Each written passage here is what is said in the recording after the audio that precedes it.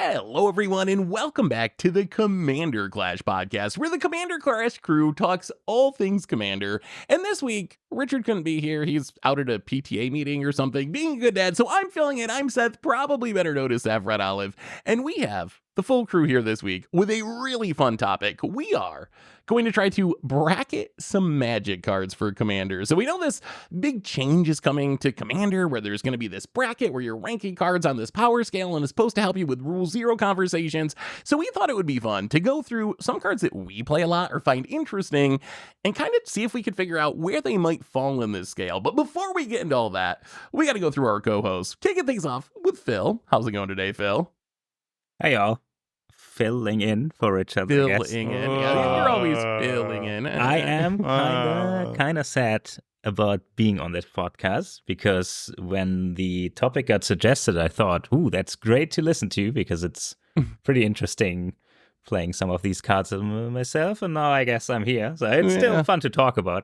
But now I got to do the thinking as well. Yeah. And I might say things that turn out to be very untrue. I guess we make predictions. We'll see. Hey, that's half the fun of making predictions, right? Sometimes you're right, sometimes you're wrong. But we got another co-host in Krim who appears to have built a background to match his beautiful haircut. How's it going, Krim? It's camouflage. Yes, this is very much so my background and not covert Go Blues background. That's for sure.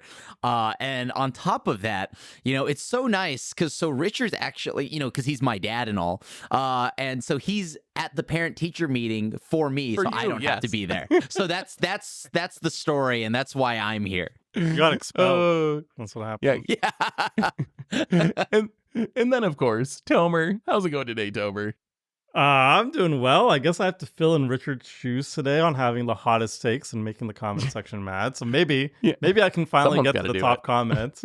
So let's see how angry I can make the comment section. Well, quick note. Did you know that how wild this is? That Richard somehow gets the comments more riled up than I. Like, he has surpassed me in what takes in and nonsense. I'm so sad. I'm used to getting yelled at by the YouTube comments, and now they're just yelling at Richard. So somehow Richard has gone that much harder. Now he has to go to PTA meetings because you keep bringing bracket 4 decks to bracket 1 tables. That's the whole reason why he's there. Actually, last week's cast, we talked about Wizards taking over the RC, and while Richard did have a lot of comments, a lot of people agreed with you, Krim. I was going through the comments to find the top comment for today's episode, and there was a lot of people that are like, Krim is exactly saying what I'm thinking, like he's nailing it. So I was blown away because usually the comments are yelling at you, but last episode you were the hero of the comments. Yeah, I know, it kind of freaked me out. What was the ultimate guard comment of the day? I was just about to get to that. So today's show is brought to you by Ultimate Guard, premium protection for your trading cards. And all the gaming accessories that we use on the channel are supplied by Ultimate Guard, so you can flick your cards silky smooth like me. Go check out ultimateguard.com. And today's show is brought to you by Card Conduit, the easiest way to sell your Magic cards. Card Conduit lets you skip all the time and typing in work of buy listing. You can use their curated service where you send in as many cards as you want with a buy list value of $1 or more and pay just a 5% service fee. Or you can use a sorted service where you list and sort your cards and pay just a 2% fee, and you'll get a detailed report with the results and a fast payment once your order is processed. And you can even get another 10% off by heading to cardconduit.com/mtggoldfish. So thank you to Card Conduit for supporting this show. And it's time for the Ultimate Guard comment of the week. Last week's podcast, we talked about Wizards taking over the RC, and our top comment from @BloodMoonGo, very good at YouTube name there. I trust Gavin to make sound decisions, but I don't trust WotC or Hasbro to respect his concerns and not overrule him regarding the health of the format. So I think that kind of sums up a lot of people's feelings about that situation where Gavin's awesome, but you never know with Hasbro. That's what I said on the podcast too. I think a lot of people said the same thing, basically. Yeah, that's the scary part. But I mean, I think it'll be fine either way. Yeah, it'll all work out in the end because we're going to have a bracket to tell us what cards that we can play. So we're going to have 4 ban lists today. Nice. Yes. Some people kind of think of it like a ban list, even though I don't think it's intended to be that. But anyway, so we're going to be bracketing cards. We made a list. We each submitted some cards we wanted to bracket. But before we get into that, Wizards actually posted a little example of this bracket. So the idea of this is, so you can follow along, there's a bracket that goes from lowest power at 1 to highest power at 4. Wizards describes number 1 being cards that can easily go into any deck. Number 4 is cards that can only go in the highest power decks. And then 2 or 3, they didn't actually describe, but I guess it's in between there some way. And they gave us a couple of examples of cards. So for example, a 4 card, they have the Empiric Tutor. A 3 card, they have Personal Tutor. A 2 card, they have Fabricate, which tutors for an artifact, but it's 3 mana. And then a 1 card, they have Swords to Plowshares, which I don't know why that's in the tutor pile, but sure. And then we had some like salty cards, I guess, or taxing pieces. A 4 would be Armageddon, 3 Duranith Magistrate, a 2 with Thalia, and then a 1 a Grave Titan, which I guess taxes you with zombie tokens that can block or something. But that's how far Grave Titan's fallen. I know. It's good for any deck. Well, you're staxing me because if I want to attack you and you have zombies on the battlefield, yeah. You're staxing me because I can't attack you now because I'll lose my creature. So there you go. That's just a bad trade. Yeah, I get it. So that's all the information we really have to work with on this. So we're going to be trying to talk about some cards and put them into what we think WotC would do with the cards. So this isn't necessarily what we would rank a card at. It's what we think WotC will or should rank a card at. So it's not our personal takes as much as trying to be objective about it. I will also say no commanders on this list. We don't really know if commanders are part of this or if they're going to be on their own list or how they're going to handle like scoring or putting commanders into this bracket. So we're dealing all with 99 cards today. And I guess we should jump right into it because we got a lot of cards to go through. Let's kick things off with Tomer. What's a card that you think we should try to bracket here? Okay. There's one card that's been on my mind for a long time. We've seen this very, very effective in Commander, at least, in Commander Clash, at least. And it shows up in basically all of our white decks. I'm talking about Trouble in Pairs. Trouble in Pairs for, let me pull out the text because it's a lot of text, aka 2024 design. Okay, so it's a 4 mana white enchantment that says if an opponent would begin an extra turn, that player skips that turn instead. Whenever an opponent attacks you with 2 or more creatures, draws their second card each turn, or casts their second spell each turn, you draw a card. If you haven't seen this card in action, watch our Commander Clashes. I think on average it will draw at least like 4 cards per turn cycle, but usually more because, just playing the game of Magic, playing the game of Commander, it's going to trigger once each person's turn, sometimes twice each person's turn, and then if they attack you with 2 or more creatures, then even 3 times in a single turn, which is very fun. I think this card is very, very strong, but I'm curious where would we actually put it based on our examples, though. I don't actually know. This one's I so put that tricky.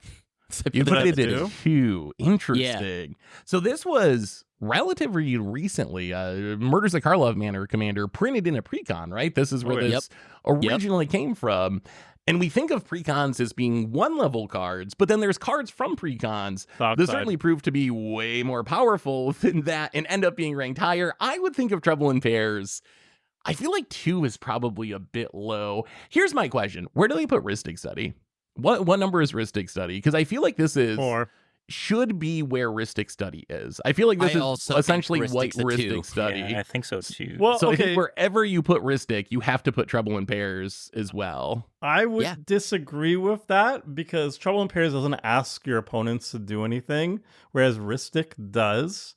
And I know on EDH they don't do it though. But EDH Rec Salt Scale has Rhystic Study very high up on the Salt list, and I don't think Trouble in Pairs is. So I think like the psychology of it, even though I think both cards are actually surprisingly very close, at least outside of CEDH levels where you're casting like 6 spells a turn. In typical casual Commander, I think both of them are very, very close in terms of their effect, which is drawing a lot of cards because people don't want to pay the 1. And I don't think people have that much of a negative reaction to Trouble in Pairs as they do Rhystic. And I think it just comes down to like, do you pay the 1? Do you pay the 1? Do you pay the 1?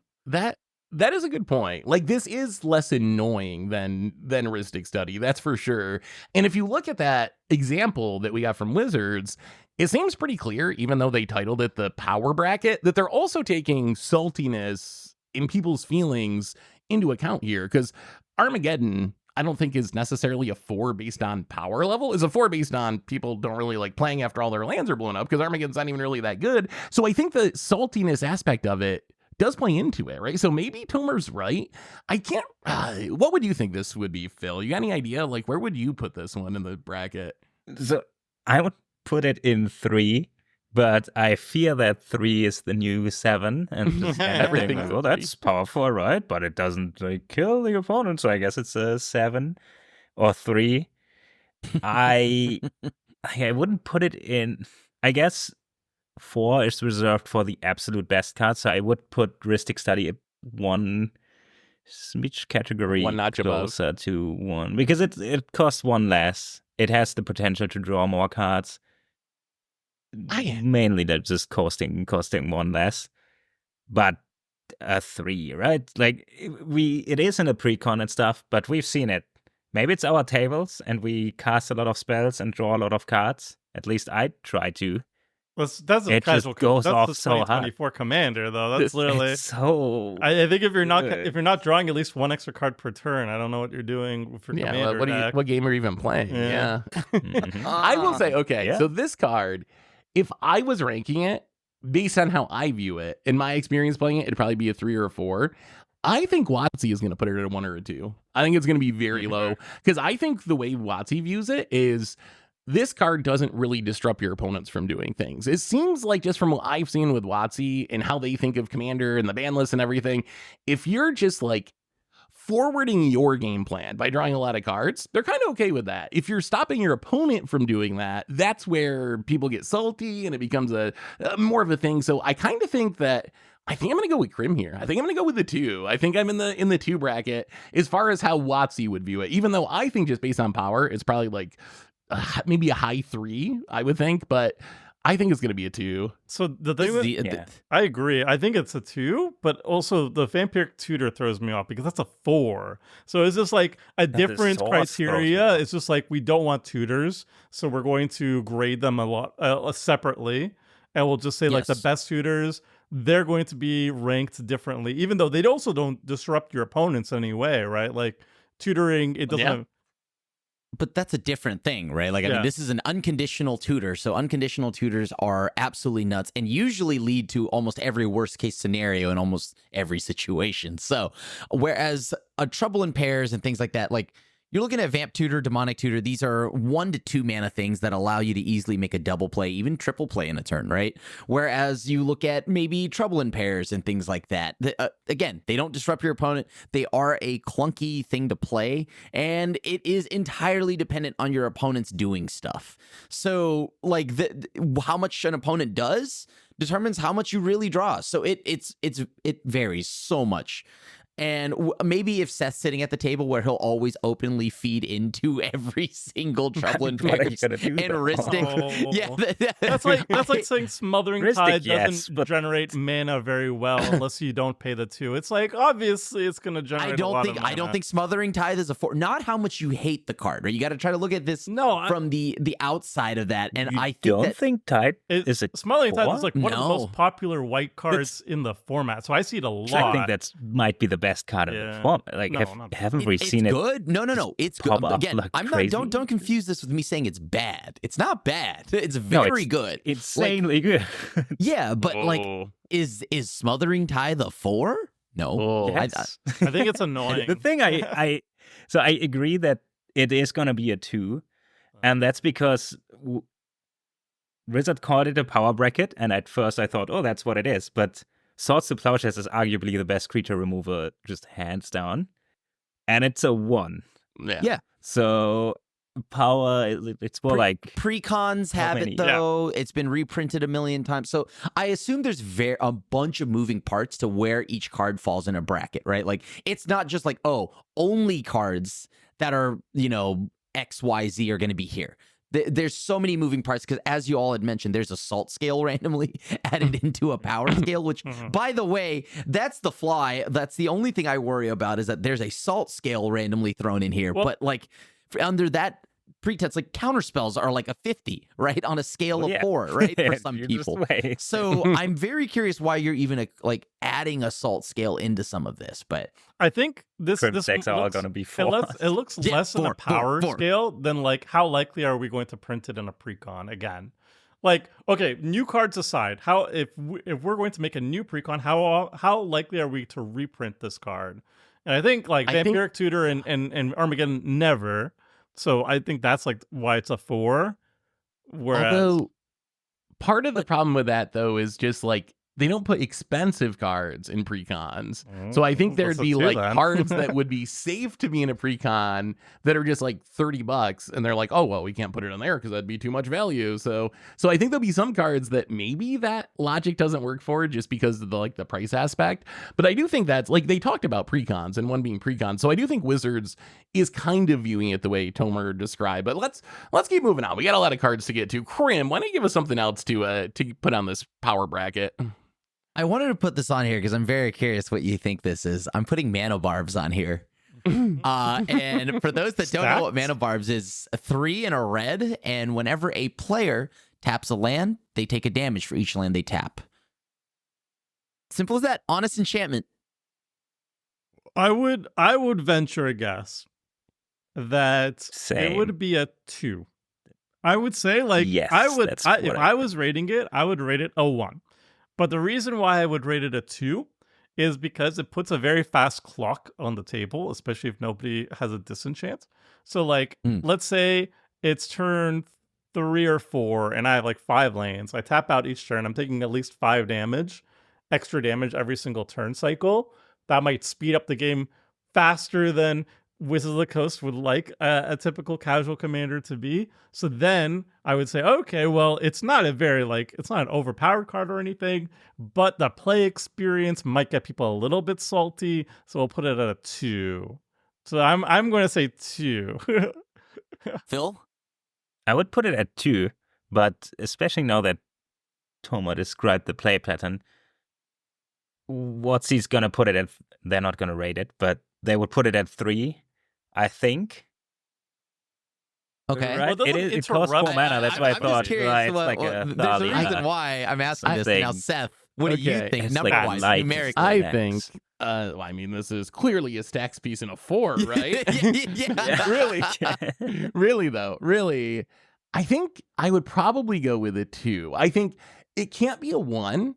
Because of this, because they just printed the Vel'Kovath precon, which is literally the best home for Manabarbs, and they didn't put Manabarbs in it. So if they really wanted to put this in a precon, they had the perfect opportunity to just do it in Duskmourn, and they chose not to. So I don't think Wizards views this as a precon card. So I think that excludes ones, almost by definition. So I'm going to go with Tomer and say I think it's probably a 2, although this card does, on a personal level, kind of annoy me a lot. So if it was based on my own biases, it would probably be a tier or 2 higher. Okay, so you know about the card that they put in there, right? Barbed Flare Gremlin. Is that not just a more powerful Manabarbs? But it helps. What does it do? Yeah, exactly. It's one side. It does not affect you if you Manabarbs hits you. No, but this right? helps too. It's mana. It's mana flare Gremlin. It's mana flare and Manabarbs put together in a card into flare, a creature. Yeah. So it doubles everybody's mana, but when you produce mana, it deals 1 damage to you. So it's I both think that was a cards little together. safer. Is that card better or worse than this? Because I think that card, Barbed Flare Gremlin, might be slightly better, and so. It's interesting. I need to play with it a little bit more, but so far in the games that I've gotten to play that card has felt nuts. And it's been. It doubles everybody's mana. That's not sure. It doesn't double the damage you're taking. It does Manabarbs damage, but then also doubles everybody's mana. Think about what deck this would go in, and the double the mana. You're usually playing things like Spell Shock. You're playing all these things. Yes, you have excess mana. Yes, please cast more. Every time you're casting more, you're taking damage. You are baiting your pod into playing more cards so they take more damage. And you already know that all you need is either the room from the deck, Torture Pit, Spike Corridor, or whatever, or any of those effects. And now everything starts getting a lot worse every time they play a spell because you're only maybe taking 1 for these Manabarbs things and whatnot, but they're taking 3 to 4. And Manabarbs hits you, right? That is also annoying. But true. I don't know. These effects, I feel like Manabarbs, is it too wild to say that I think Manabarbs may be salt inducing, may be powerful, but I think that it's a 1. Ooh. Okay. I mean, I just go by the... I can see the argument for it. I would say I think Barb Flare Gremlin is a worse Manabarbs for the reason Tomer said of doubling your mana. Like, so I'd be worried about that. So I do think it's like kind of a kinder version. Plus it dies to creature removal, which is easier than enchantment removal. So I would say it's like a below Manabarbs. But still, if you want to argue one, I guess that's fine. I'm gonna stick with 2 though. I think 2 makes the most sense to me, where like I don't think they put it in a precon, but I do think it's generally gonna be safe for most casual games, especially in a deck that like cares about dealing damage every turn, like Valgavoth or whatever. So let's move on. Phil, what do you got for us for our first card to bracket? So I've put cards on my list that I play in my personal paper decks, but I kind of feel bad about them. And this one I don't even include in Clash decks because it's boring, or the easy way, and it's Craterhoof Behemoth. And it's just straight up the best way to finish a game with a creature, I think. Especially if you can cheat it out with a Neoform or something. Is that like a tutor? You mean like a Neoform? Oh yeah, like a vampire tutor. Yeah, level okay. 4 deck. Finale of Devastation. Sure. Yeah. So,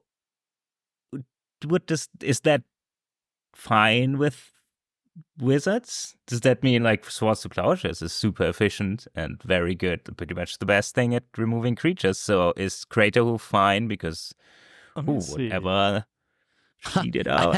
I think Craterhoof, very efficient card, very strong. I also think it's a 2.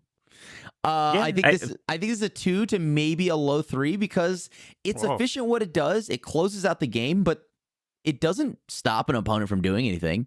It requires you to have a lot of moving pieces. And if you could cheat this out, then is it really Craterhoof, or is it the thing you're using to cheat it out with? Because Craterhoof is like any other 8+ that should close the game.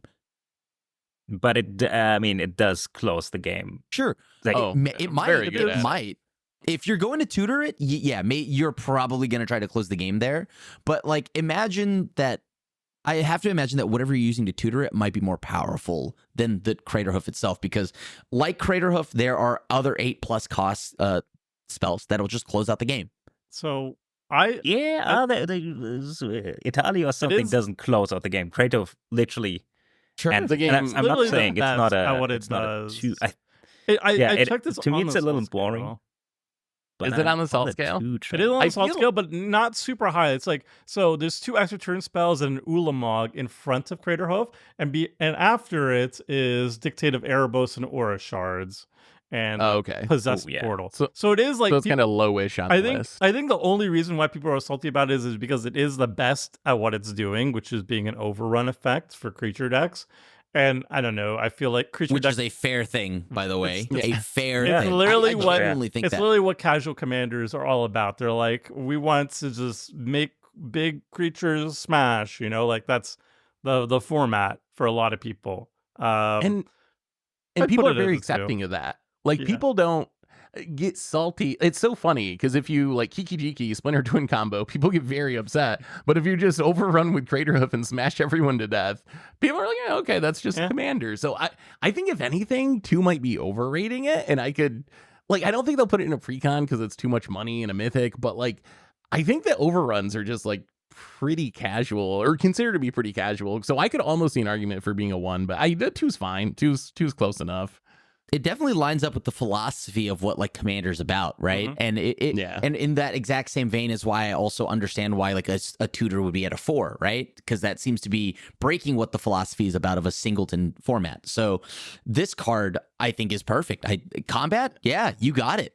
I think another good way to think about this that we hadn't really brought up yet is also like, one would in theory be where someone would play a precon deck. Yeah. So is this a card that I would feel okay playing against a table of people playing precons, basically? Like, if I'm going to play against a bunch of people with precons, am I okay with having this card in my deck? I feel like I mostly am with Craterhoof, or like it's fairly close to being okay. But let's keep moving on. I got one that I'm very excited to share because I want to see how people rank this one. It's an infamous card, at least on Commander Clash, the F word card that sometimes comes up way too often. Friends, right? Farewell. So 6 mana sorcery, Choose one or more. Exile our artifacts, or creatures, or enchantments, or graveyards.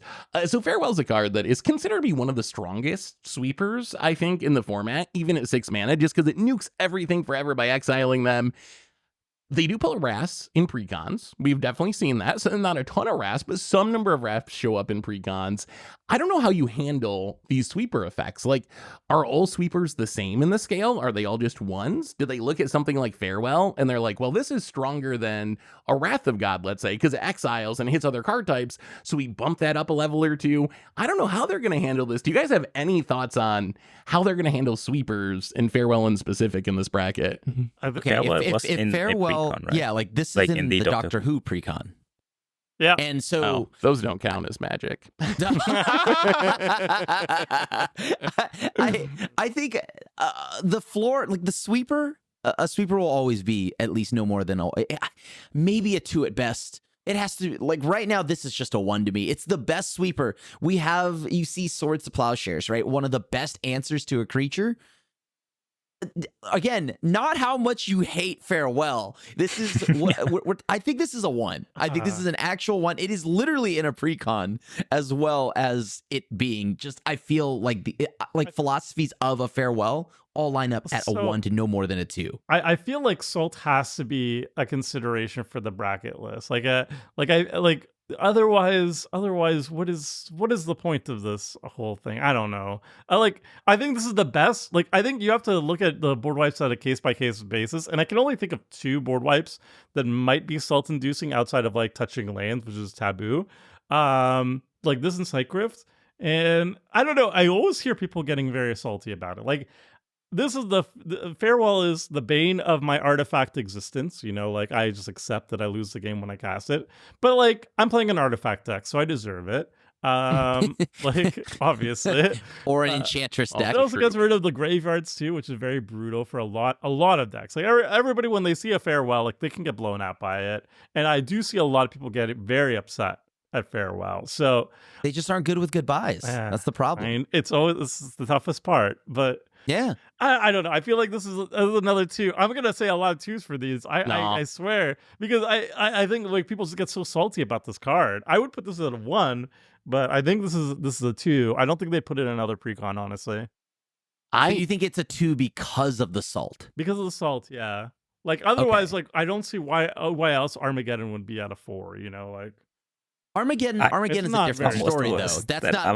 That's not the same, though. I don't think these are the same at all. I think this is very much the same. This is limiting the ability to play the game, I believe. Well, but Armageddon so literally limits the ability for you to play, and at 4 mana. But like, I think it's a 3, by the way. It I usually like if you just don't have many cards left in your hand, that's it for you, right? Like. I don't know. I mean, if you have a bunch of cards and no mana to play, like that's it for you. My artifact lands are gone too. I'm sad. So, I mean, Farewell and Armageddon are the same to your artifact lands. So Armageddon is much better for me because I can at least recur it afterwards. And my indestructible lands survive. Yes. This is like worse than Armageddon. Anyway, with that though, what do you think? I could see this.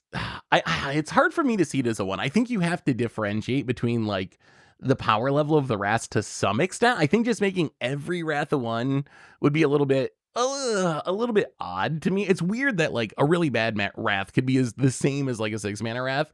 I think this might be. Hey, what's up, CGB? What bracketed? Welcome. Yeah, ask CGB what bracket. What is Farewell? Popped in. What bracket is Farewell into you? Precon. Okay. He said 1. All right. See, right. Of course, I was control player. It's in soaring bracket. It's a 0. Bracket 0 with soaring. Right. Just those 2 cards. Oh, we didn't say this. Soaring, yeah. I would say I would go with Tomer. I think a 2 or a 3. I think I could even see an argument for a 3. A 3? Well, I could see I bad precon Wraths. Brad precon Wraths. Brad. Like this. Bad precon Wraths at level 1, and then like good Wraths at 2, like Blazac and Toxic Deluge, and then the best Wraths at 3. I could see break down something like that. I stopped seeing Farewell as a Wrath, by the way. Okay, so I stopped playing it on Clash. Wait, I gotta say this. But look at 1, Phil. Look at 1, everyone. Yeah, I'm looking at 3. Cards can easily go in any deck. I think sweepers are a part of every deck and should be there. But it's more than a sweeper. Some sweepers, it's an eradicator of everything the game was until that point. Like I played it in the beginning, and I still play it one copy in my paper decks. It's so anticlimactic. Like it's like, you know, when you watch a series and they just at some point retcon the entire thing and nothing mattered. That's farewell. That's and it's just bad. It's the hardest of hard failed design card. I'm sorry. I like good sweepers and stuff, but it's like, why do you exile even the great? It's so anticlimactic. Maybe that's his full salt, by the way. I get that you gotta don't overextend to the board and stuff, but it is so brutal. This one gets a 3 from me just because of salt. It's just so brutal. It is high on the salt score too. It is like fairly high up, I think in like the top 50 or so. So if salt is going to play a major role, it's actually ahead of Mana Crypt, the now banned Mana Crypt, alongside Smokestack and Back to Basics and Blood Moons and so forth. So it is pretty high in the salt. Its popularity. If we're talking about that, and I actually were like factoring in assault into any way, which seems so silly. I would probably then agree with Tomer. I think a 2, but 3? Come on now. I'll meet you. I'll meet you in the middle. I'll meet you at 2. I'll come down from 3 and meet you at 2. Yeah. But I could see an argument for 3, just like I could see an argument for 1. But I think 2 is a good way to split the difference. Before we get to round 2, Richard couldn't be here today, but he thought he was going to be here, so he made a list of cards, and one of them I really want to bring up and see what you think of, because we see it on Commander Clash a lot, and it has really driven the narrative in some seasons, and that is Open the Way. So Open the Way, this is Richard's pick. 2 in X, and you can pay X up to the number of players in the game, and then you reveal from the top of your library X land cards, put them into play tap, the rest go on the bottom. So essentially, for 3 mana, you ramp 1, up to 6 mana, you can ramp 4 lands into play in a 4-player game. Where would you put this in the bracket? I think for me, Green Ramp's just gotta be, as wrong as this feels to me, because I think Green Ramp is actually sneakily just the best thing in all of Commander.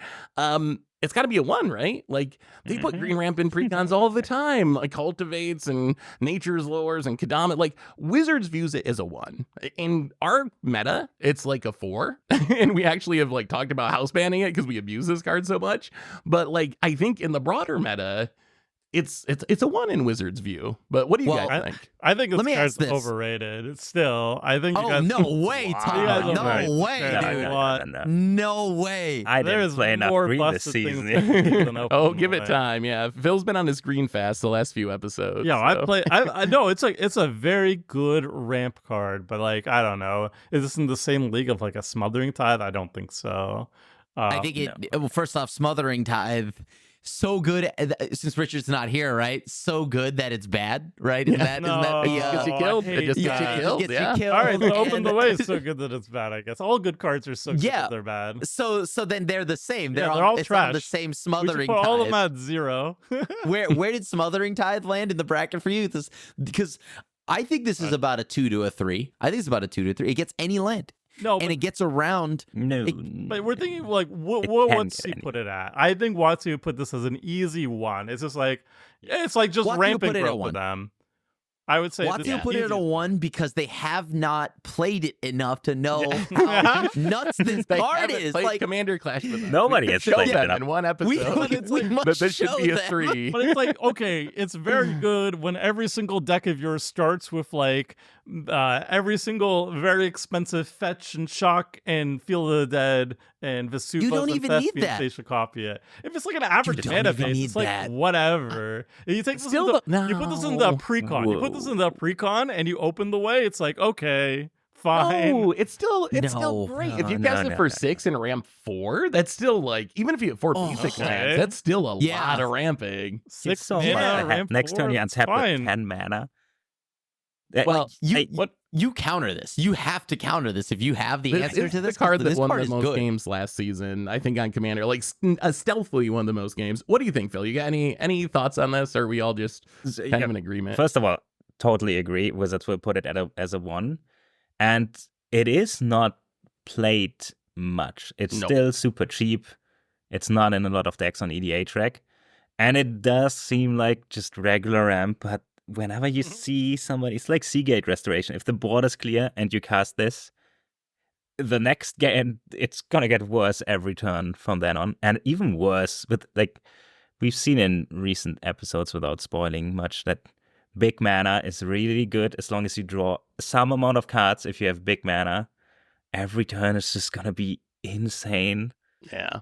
And this card is Open the Way is just the easiest way to do it. You can play Doppelgang for X equals whatever, but Open the Way, this is even so flexible. Like, I've cast it for X equals 2 and felt good about it because it's still explosive vegetation, which fell off.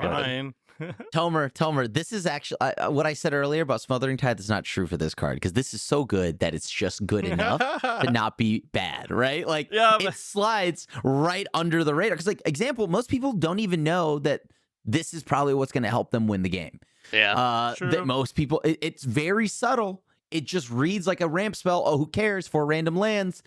But that matters, and that matters a lot when you're ahead of resources. And wow, this card is perfect at, like, sliding under the radar. So I think, yes, Wizards will rate this at a 1, but it should be higher. This is a very good card. Like, I hate ramp. If people don't see this as a threat, then okay, I can imagine that the don't run the scary cards because they're bad, so good it's bad, is a fine logic to defend this. If people do realize that it's you're ramping 4 lanes and ramping 4 lanes is good, then it gets a lot worse, in my opinion. Like, you've seen burgeoning and exploration. It's going to start dominating the season, I swear. Like, anytime I'm playing green, I'm just going to jam those if I got that as an early start. You saw how crazy those cards are. I think those cards are much stronger than Open the Way, for example, but I think everybody knows how strong those are. But anyway. Well, we gotta keep moving on to other cards. But I would say Burgeoning's way worse off the top on, like, turn 5 though, compared to, like, an Open the Way. So I think contextually, like, yes, on turn 1, I'd way rather have Burgeoning, but in the late game, I think I'd rather peel and open the way. Yeah, but like a turn 6 Soul Ring is way worse than a Open the Way too. Yeah, no, that's also true. That's also true. Well, I think we're almost in agreement that WotC will score this a 1. So I think we all agree on that. Whether they should or not, that's another story. But let's get into round 2. Tomer, we're back to you. Give us a card to bracket. Okay, I had one, but now we were talking about non-basics so much. I have to go back to my boy. What do you think about Price? Oh, whoa, the glare. Price of Progress. Price of Progress. It's a 2-mana red instant.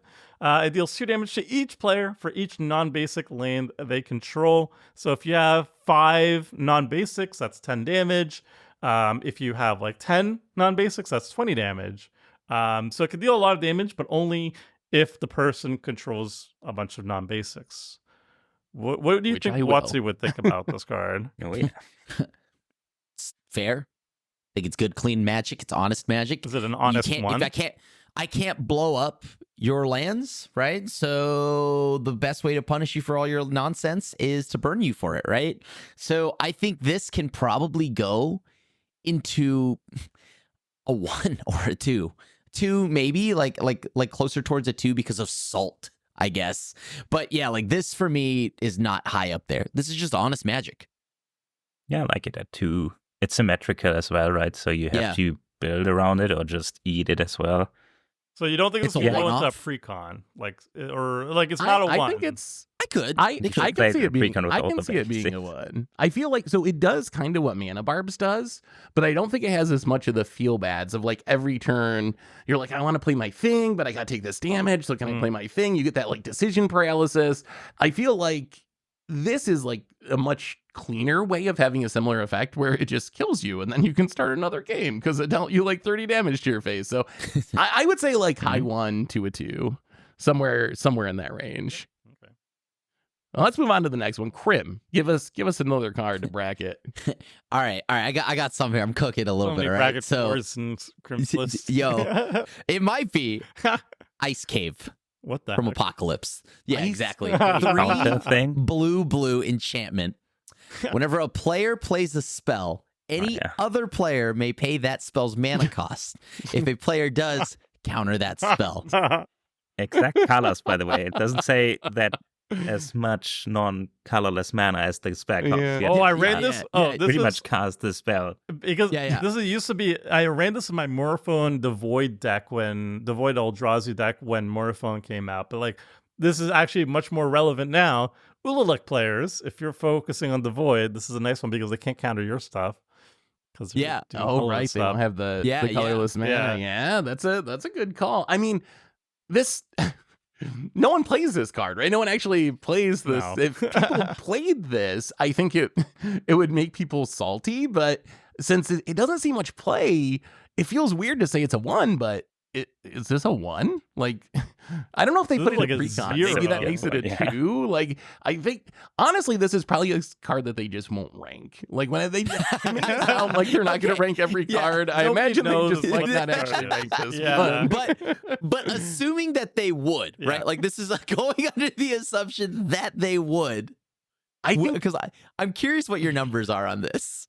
This is a 1. I feel like we're defaulting to at 2 3. so much, but you go 3, Phil. What's your reasoning for 3? I would rate it as 1 because nobody pays for Smothering Tide. Nobody's gonna pay to 10 to counter my Apex Devastator. Oh, this one is Cascade as well, but it seems like how people are gonna keep up random colored mana in hopes.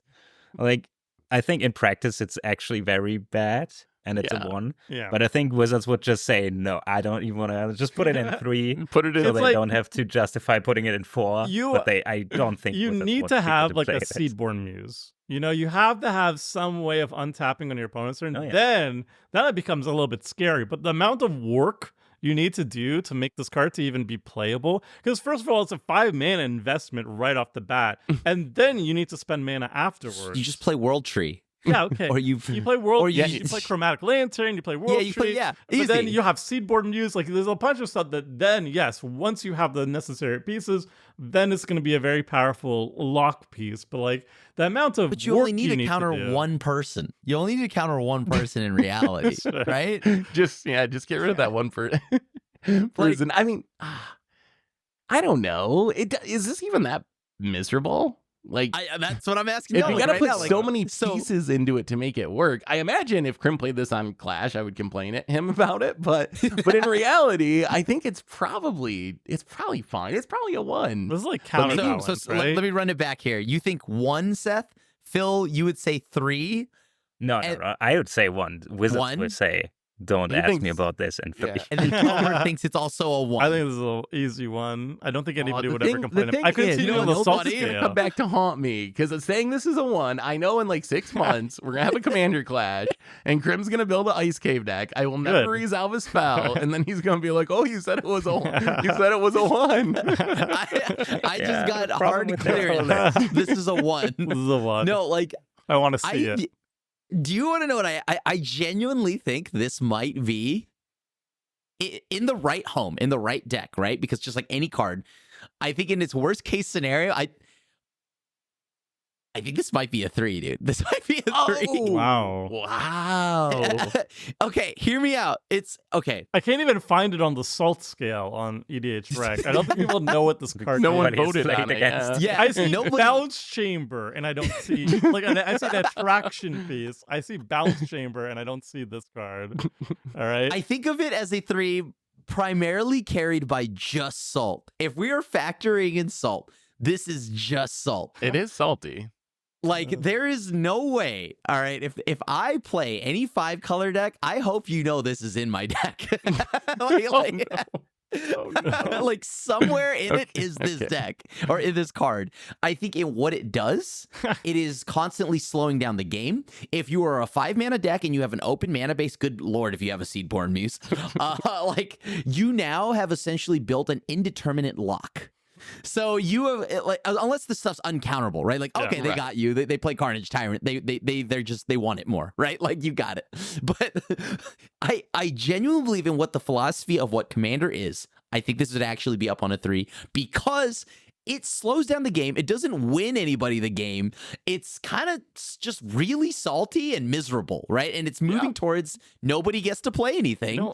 And even funnier is if you were somehow able to give everyone access to all the colors. Now everyone gets to play a bunch of free counter Magic, and there is a point where this could a comical world where it's just standstill.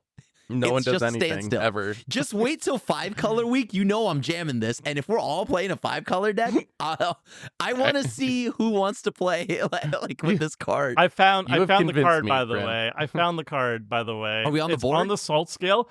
It's like rows below Lu Ming Wu General, which is a 5-mana 4/4 horsemanship card. Oh, I can't block that. Can't block that. You're never blocking that. I will move it to 2 just because I see Thalia is at 2, and I would have put that one as a 1. But I guess like anything that could potentially like, mess with your opponent. I will also bump it up just because I don't really want to play against this card. All right. You're seeing it in real time. Yeah, it's You're bumping happening. it up. You won me over. It's at least a 2. It's a 2. Where would you put Lu Maybe a Meng 3 at even. then? You know what? Yeah. Let's just go 4. Let's go 4. Let's never think about Okay, this card 4. again. No, I want 4 to is see it. ridiculous. Grim, That's you gotta bring ridiculous. it. You gotta bring it, please. 4 is ridiculous. All right. Phil, why don't you hit us with a card to bracket? So, another card I play, but am a bit ashamed about it. But my justification is it's my artifact deck, so I can play the One Ring, which I could also play in any other deck. It's just so better in your deck. The card you just feel bad let's about try is to even get it stronger. from memory. So when it enters, when you cast it, you get protection from everything until your next turn. Then you can tap it, put a burden counter on it, draw a card for each burden counter in it, and then in your upkeep you get 1 damage for each burden counter with 40 life. Turns out we should have all immediately bought it out of stock when we read this because we thought it was good. It's insane in Commander. We thought about banning it. I feel kind of bad when I cast it, but I do occasionally cast it.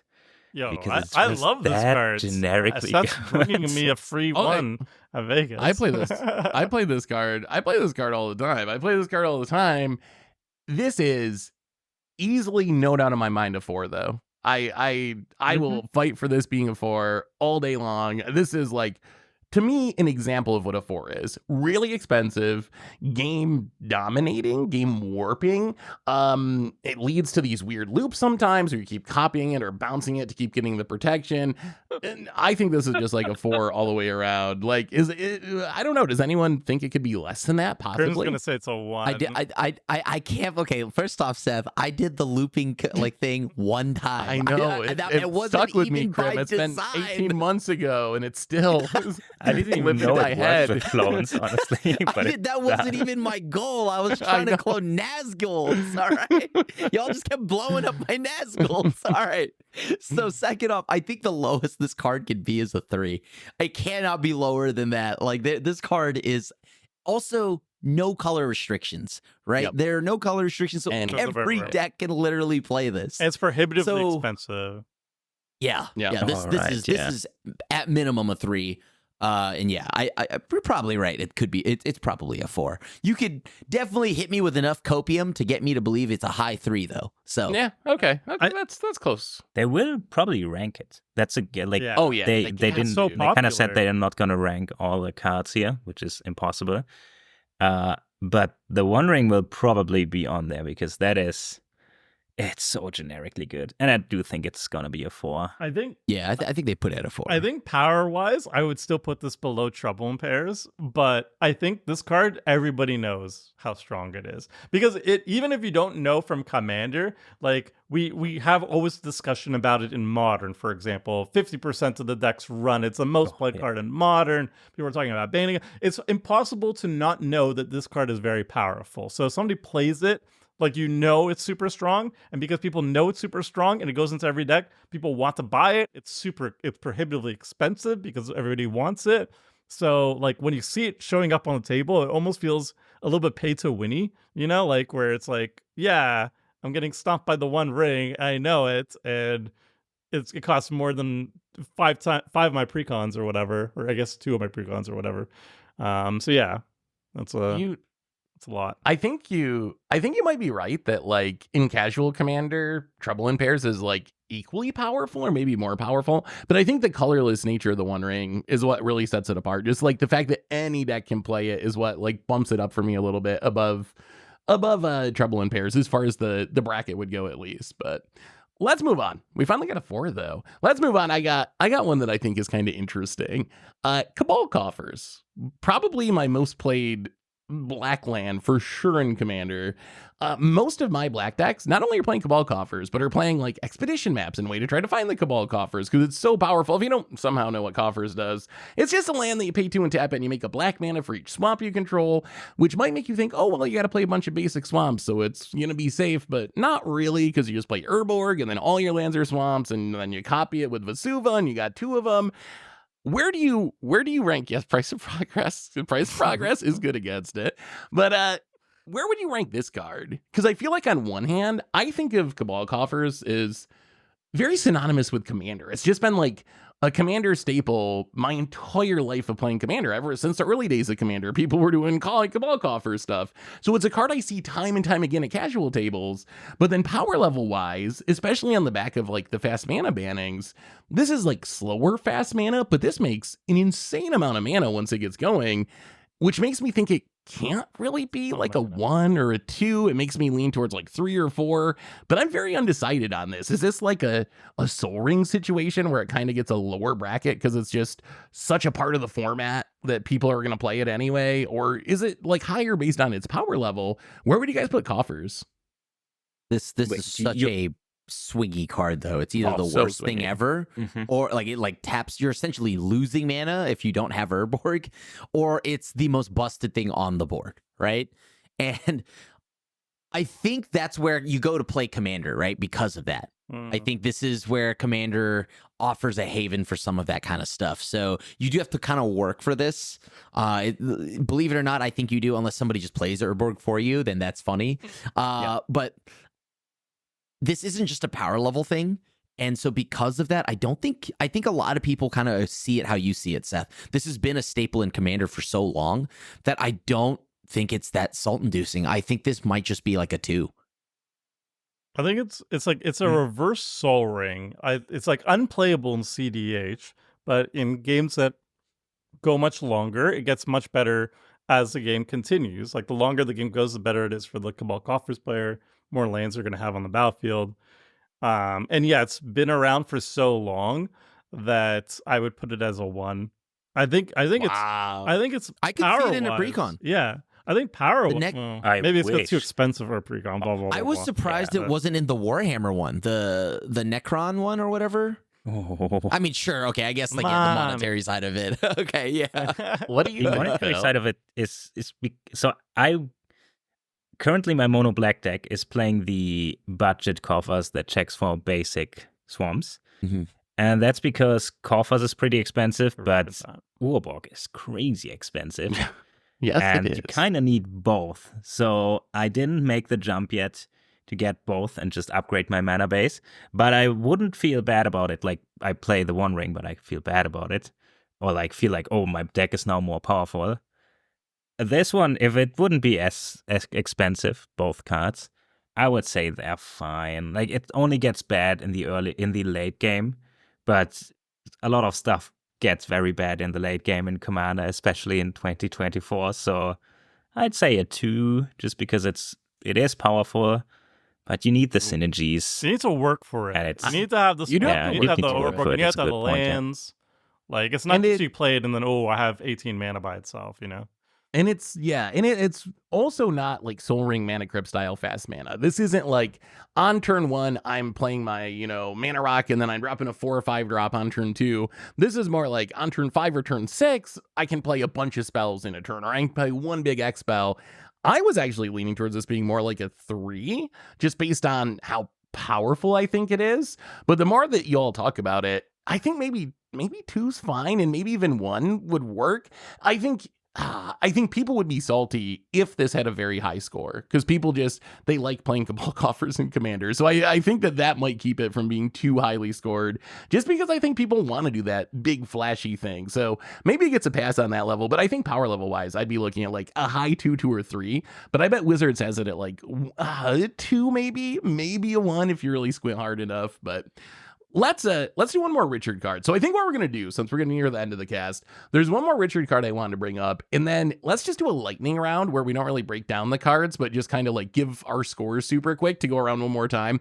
The last Richard card I wanted to bring up is another card that is kind of a Commander staple, Serra Ascendant. So just a 1-mana 1/1 with lifelink, but if you have 30 or more life, it gets +5/+5, and it has flying. So it's a 6/6 flying lifelinker in Commander, essentially. On turn 1, since you start with 40 life, it was formatted for non-Commander formats before Commander was really a thing.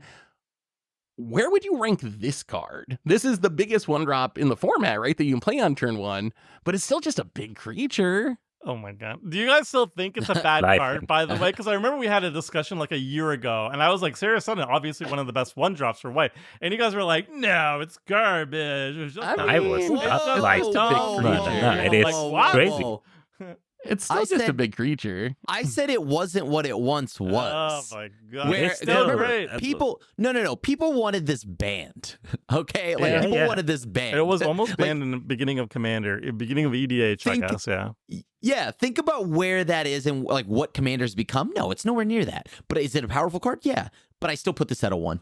I can see this being in a precon. Though. It is I can see this being in a precon. Is this not swords, okay? Swords is also a 1, so you can answer it for 1 mana. Okay, unironically, I Serra Ascendant, right? I had a card on my list. It's a new one, Unstoppable Slasher, right? Yes, it's 3 mana, but it connects and it halves somebody's life point, right? And it's hard to deal with unless it's exiled. This only focuses on one person and it's very aggressive. In that same vein, I'm not going to say that Serra Ascendant is like a 1-cost 6/6 is one thing, but like having a flyer, yes, but having somebody's health as well, it doesn't matter what they're at, it's having it rounded up. I think that, I was going to ask you what you would rate Slasher at, but I honestly think as I look at Serra Ascendant, I would probably put both of them at 1. I think they're both at a 1. Just because I could see both of these being in precons. They're absurdly powerful. And like the only thing that I would question is that, okay, how unfair is having somebody's life total as opposed to just gaining 6 life? You're paying 3 mana for it from Slasher, but I kind of view these in the same bracket where I could see these both being in precons. They're flashy, they're cool, they give you that, ooh, Commander, baby, kind of vibes. But they're at the end of the day, they are just a creature. And I think Watsy would put it as a 3. Yeah. Actually. I put it at a 1. It's just I would put it at a 2. It's just the best thing you can do in turn 1 if you want to kill your opponents. I guess that is very debatable. But you not only true, beat but it's one person down. No. You heal yourself for 6 every The life turn. gain is it also connects so much easier. Like the other one doesn't have any and you evasion. have a crazy blocker. That's Death Touch. Like, see how many people block Death Touch? Nobody. Well, if you say like block lose a creature or lose 20 life or something, then I'll block it.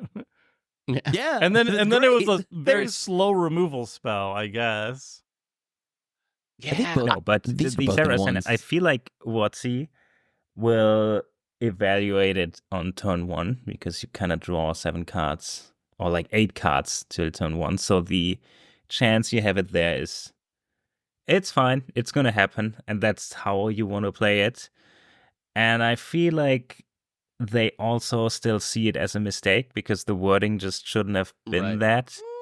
So I wouldn't be shocked if they put it on 3. I would put it on 2 because I've played against it on turn 1.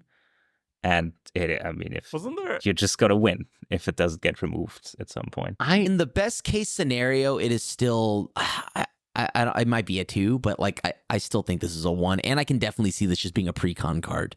Oh, please! I lean towards it being a 1. Still expensive, right? Oh, it's not. In part for what y'all are saying, in part because I just think life gain is like a casual theme that people like, and this is one of the best life gain cards. And I could certainly see a life gain precon where they put a Serra Ascendant in it. So I think for me that makes it a 1. Although Phil's point of like how devastating it can be in the field bet. I could also see you playing against a precon deck with a life gain deck and dropping this on turn 1 and just pub stomping the rest of the table, which would probably not be a fun experience, but I don't know. It's hard for me to go above 2. If you want to go for 2, I could go for that, but I think 1's probably most likely. I don't even think they consider it a design mistake anymore, because this year they printed an Assassin's Creed equipment that has like the same templating. It says as long as you have 30 or more life, equip creatures +5/+5, it is Assassin's indestructible. Creed is a modern set, Tomer. It's for modern. Yes, of course. But I rest my case. Sure. Well, like they printed the Serra Ascendant templating again this year, so I think they're fine with it. True. All right, let's do a lightning round. So we're going to go around one more time. Yeah. Pick one more card from your list you want us to bracket, and we're just going to give it a score real quick, not do a big debate on it. So Tomer, I think you're next up. What do you want us to bracket? All right, we got a spicy one because I don't even know where it would be. It is Teferi's Protection, 3-mana white instant. Until your next turn, your life total can't change. You gain protection from everything. All permanents you can control phase out. So it's like the ultimate. It's the ultimate protection spell. Protects all your things, but it's also an Omega Fog. It's not a fog for your turn. It's until your next turn. You just cannot be touched forever. What do you guys think about that? Efficiency, salt, 2. 4. Bill. Power plus salt. Power is 3 plus salt. It's a 4. Most anticlimactic card in Magic. I hate this card with a passion. I hope it's a 4, but I think it's going to be a 3. I don't think they'll put it all the way in the CDH bracket, but I'm going to go with 3. I'm going to give what it do you think, 2. Wait, 4 is not CDH. Or like the strongest think casual bracket, whatever it is. Yeah. It's a silly, powerful card, but like I feel like, I don't know. I think it's 2. I think they'll put it as a 2. Yeah, I think it's a 2. It doesn't bother anybody. It's not affecting your thing. It's not staxing them. Yeah. All right. Well, there you have it. Split between from 2 all the way up to 4. Krim, give us your last card. What about Cyclonic Rift? Where's that fall? 3. Oh boy, I think I'm gonna go back to the same thing I said with Farewell, where you got the bad Ras at 1, the good Ras at 2, the busted Ras at 3. I'm gonna go 3 alongside Farewell. I'm gonna give it a 3 because I think people just get so salty about I think get over it. By the way, I don't think. Yes. Get good. I don't think it's. I think 7 mana for its effect is actually fairly costed, but I don't know. I think they would mark it as a 3 just because people complain about it. I can see this being in a pre-con. So if it isn't already, has it been in one? I feel like it's been in a... Okay. Either way, because of the salt, I think I'll put it up to 2. But to me, it's just another sweeper. And sometimes it can be a spot removal spell for mono blue. It may be salt inducing, and it may be it may lead to tons of bad memories and whatever, but like Tomer said, you gotta just get over that one. This is an absurdly fair card. It's 7, man. Yeah, it is absurdly fair. And I think this is because this is probably the best card you could have in blue that's not oppressive or anything like that, right? I think more decks should be able to play this. So because of that, I think they should be in a lower bracket. So this way you could see it in 2, 3, and 4. All right. Phil, why don't you hit us with your last card? I'm going to steal a card from Richard here because I had Dorothy Voidwalker, whatever. I don't know. It's a 3, 2, whatever. I'm going to choose Glacial Chasm, because I think it's a 4. I played in 2 decks. One deck is built around it, and it's so unfair. People are not prepared for this. That's a 4. And yeah, it's a land that begs you not lose. What's the text? I don't think a lot of people know this. Yeah, the text is it doesn't tap for mana. If it enters, you have to sacrifice a land. Every turn, you get 2 more damage, cumulatively more damage. But then again, you also can't attack, but prevent all damage that is dealt to you. And a casual table can't beat this. And if you can bounce it, recur it, it's just unfair. It's a 4, and I still play it. It's a land. It's a land. You can't interact with lands easily. And on top of that, any deck that's doing this, they're not paying that cumulative upkeep. They're just going to sack it and reoccur it. So the thing here is, I think this is a 4. I think this is a 4 because it's so hard to interact with. It's just I agree. If you are a combat deck or you are even if you're a Valgavoth burn deck, like this is just a permanent fog that's very hard to deal with because it's a land. If you're playing it, you're a land deck, so you can tutor it up instantly onto the battlefield 50 different ways, and you can recur it 50 different ways, and you just sit there making tons of zombies or comboing off or whatever, and it's very hard for people to interact with it. So yeah, this is slam dunk 4. My God. I have for everything that Craterhoof is and how that is the spirit of Commander. This is the opposite. This is the opposite of the anti-Craterhoof. It's the battle cruiser everywhere. If killing lands weren't taboo, it would be different. But because you just are not allowed to interact with lands very well, or even at all in Commander, I think it's gotta be a 4. I agree with the rest. This is why I have all like the non-basic hate cards, all demolition field in every single deck, the sundering eruption in every single deck, and like that also damage can't be prevented cards, insults or injuries, and all my red decks and stuff is this card. Wow, this card. All right, you gotta have the 1 and 2. That you also gotta exile it from the graveyard. Yes, you do. Yeah. All right, last card, and we're gonna go out with what I think is a good one, Mana Drain. So Mana Drain, double blue mana, counter target spell, and then at the beginning of your next main phase, you get an amount of colorless mana equal to that spell's mana value. So counter spell plus a whole bunch of mana. What do you guys think? A one-off counter spell that gives you like a one-off burst in colorless mana. Very powerful card. Not a bad card at all. Very strong. But still just a counter spell. I think this is a 2. 3. Ooh. Casuals don't like counter spells, and if we're looking at the tutor ranking, Vampiric Tutor's at the very top, tippity top, and we go less efficient as we go down. Tutors are much worse. Theoretic. You know this. Oh, to casual players, I don't know. I would put this as a 2 or a 3. I'm gonna put it as a 3 though. I think this is a card that's like, it's strong. It's not like overpowered, I mean, it is kind of. Is it not? Yeah, I'll put it as a 3. Like casuals don't like counter spells. And this is like one of the best ones, so it's like that in Fierce. Fierce is a 4 though, right? Fierce I would say like is a free 4. counter is 4 because technically Mana Drain is more than free at some point. Like you get you have mana. To have the mana up at mana. least. You have to at least have. Do you have to have mana up? Of course, yeah. I can see an argument for a 4. I think for me it's at least a 3, and I can see an argument for it being a 4. My guess is that we see the free counters go at 4. We've seen Wizards manage like arena formats based on not wanting free spells in certain formats. Like in Timeless, we only have the free spells, but in Historic, we're just going to have a blanket rule that we're not going to allow free spells, so they just ban them. I could imagine something similar happening with this bracket where free counters end up at 4s, and Mana Drain is like the best of the non-free counters, which would put it at a 3, and then generic counter spell or whatever is a 1, like all the way down to 1. So I'm gonna guess it's gonna be a 3, but I could see an argument that this falls into the 4 bracket. What's funny is I think the free counter spells are a 3. Ooh, okay. I'd accept that right? too. Like, I put Mana Drain as 2 and Fierce at 3 Yeah. too. That's fine with me. But I think casuals are a little bit salty about any counter spell. So the best. I just know that free counter spells are things that I always felt like I had to rule zero talk people with.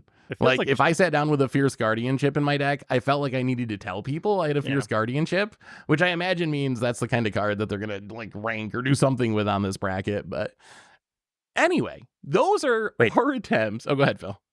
Some closing words to this bracket. First of all, I think we should all prepare that this is gonna be hilarious, because we've seen how they rank cards in Arena. They're probably just gonna rank like 100 cards or something, right? No way they just have a team ranking thousands. No, they said it's cards only going to later. be. I think they said it was going to be like 100 I think cards. they said around there. Yeah, they probably have like cards that are emblematic, like kind of like to represent an archetype or something like that. Like right? Armageddon is going to represent mass land destruction as a whole. They're not going to rank every single Armageddon. One. Yeah. That's why they have 3 tutors on this list alone, where they have only 8 cards. The tutors vary, right? The tutors vary because they are not like the generic ones. Tutors. Yeah. That's going to be interesting. They are on the higher side of the power scale, right? And the generic one at the top makes sense. The other one's restrictive, and then the fabricate is higher cost and restrictive, even though it's artifacts, and I hate them. Artifact decks are so we broken. did nothing wrong. Okay. They're fun, though. Sure. So anyway, everyone, that's our attempt to bracket these cards. Super curious, though, what you all think. You just heard us go through all these cards. What bracket would you put these cards in? Is there anything else you feel really strongly about that should be like a 4, should be a 1? Let us know in the comments what you think about where these cards fit in the bracket. And we will be back next week to talk even more Commander. So until then, everyone, have a great week. And this is the crew signing out.